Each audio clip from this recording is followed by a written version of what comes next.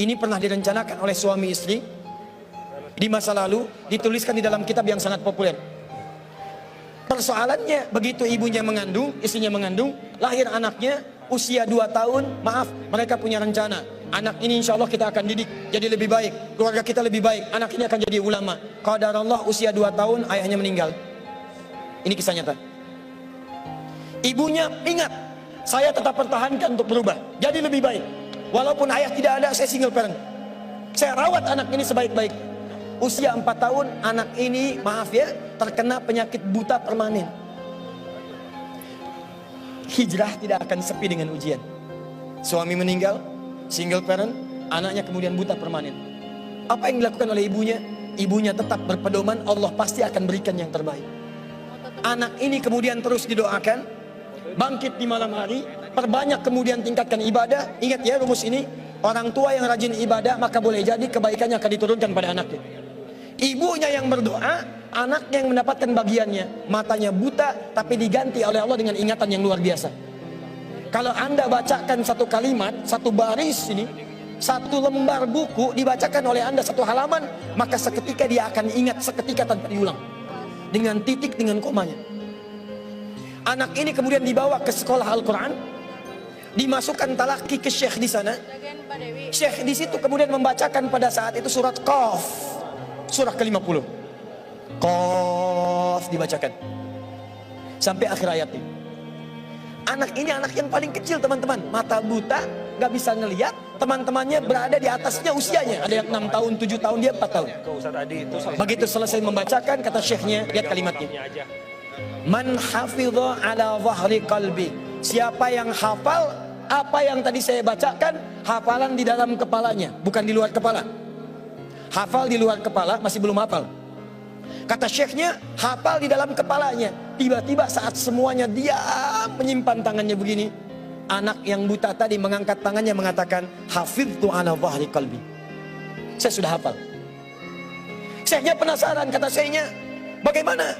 Diambil anaknya ke depan, diminta baca, Masya Allah, bacaannya bukan hanya hafal, makhrajnya, sifat hurufnya, tajwidnya, semua mirip dengan syekhnya.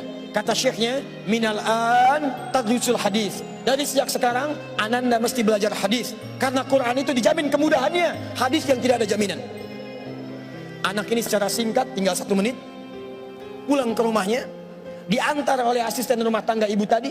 Begitu nyampe di rumahnya, wajahnya gembira, mengatakan pada ibunya, Ummi, ibu, tadi saya dipuji oleh saya begini, ada kejadian begini, saya seperti ini. Kata anak ini, minal an uridul hadis, ma, sekarang saya pengen belajar hadis.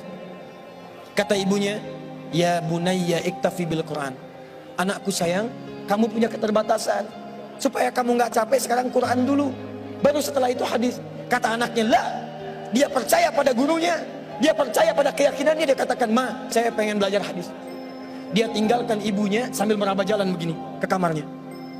Perhatikan baik-baik, begitu ibunya melihat, ingat kemudian dengan suaminya, ingat tentang rencana mereka, ingat tentang mereka punya rencana masuk surga bersama-sama. Teman-teman, ibunya langsung masuk ke dalam kamar, dia bentangkan sajadahnya di mihrabnya, dia salat 2 rakaat, dia bermohon kepada Allah.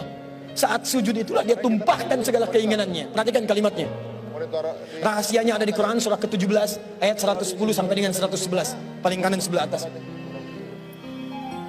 Ya Allah yal basir, yalladzi ala kulli syai'in qadir, a'id basiratabni. Saya mau akhiri. Ketika tumpah air matanya dia katakan, ya Allah yang maha melihat, mohon kembalikan penglihatan anak saya.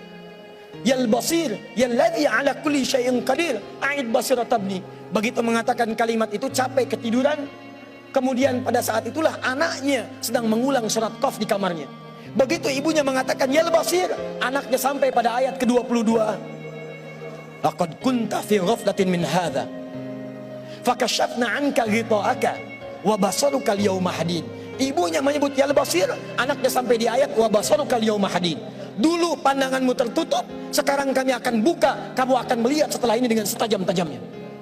Ayat ini sebetulnya kemuliaan akhirat, tapi diturunkan mendapatkan kemuliaan dunia. Tiba-tiba setelah baca ayat ini, ibunya berdoa, bersamaan kalimatnya, tiba-tiba terbuka pandangannya. anak ini bisa melihat kembali. Saking kagetnya dia lompat, dia kejar ibunya. Ummi laqad ra'ait. Ma, saya bisa lihat lagi. Ma, saya bisa lihat lagi. Ibunya kaget kemudian terbangun. Dia peluk anaknya, dia katakan, nah, mungkin kamu melihat bukan dengan hatimu. Kamu melihat bukan dengan matamu. Rubbama ra'aita biqalbik laisa bi'aini. Mungkin bukan matamu tapi hatimu. Waktu habis. Kisah belum selesai. Tinggal 1 menit. Boleh 1 menit? Lihat sini. Kata anaknya, "Mah, saya melihat dengan mata saya. Ini mama pakai baju ini. Di sekitar kita ada benda-benda ini." Allahu Akbar. Ibunya kemudian yakin anak itu bisa melihat. Dipeluklah anaknya. Keduanya kemudian menangis. Dan ibunya sejak saat itu yakin bahwa anak ini punya kemuliaan besar di masa depan. Maka disekolahkanlah kemudian tempat-tempat terbaik. Belajar hadis terbaik. Diingat segalanya. Cepat luar biasa. Anak ini kemudian dikenal dengan luar biasa di masa depan. Nama anak ini adalah Muhammad. Bapaknya yang meninggal namanya Ismail. Kakeknya namanya Ibrahim. Kakek buyutnya Al-Mughirah. Eyang buyutnya Al-Bardizbah. Tinggal di kecamatan Ju'fah, di Kabupaten Bukhara, Provinsi Khorasan, negara Uzbekistan sekarang. Kelak di kemudian hari, dia dikenal dengan nama daerahnya Bukhara, dengan Al-Bukhari. Itulah kisah Imam Al-Bukhari. 2 orang suami istri yang bersiap merubah hidupnya, diturunkan pada anaknya, dan kemuliaan itu diraih. Saya yakin kalau Anda berhijrah malam ini, boleh jadi yang hafal Quran, mungkin anaknya, mungkin cucunya, mungkin turunan-turunan Anda. Tapi ketahuilah, ketika Anda punya peran di dalamnya, maka surga akan disiapkan untuk semua Anda satu keluarga besar.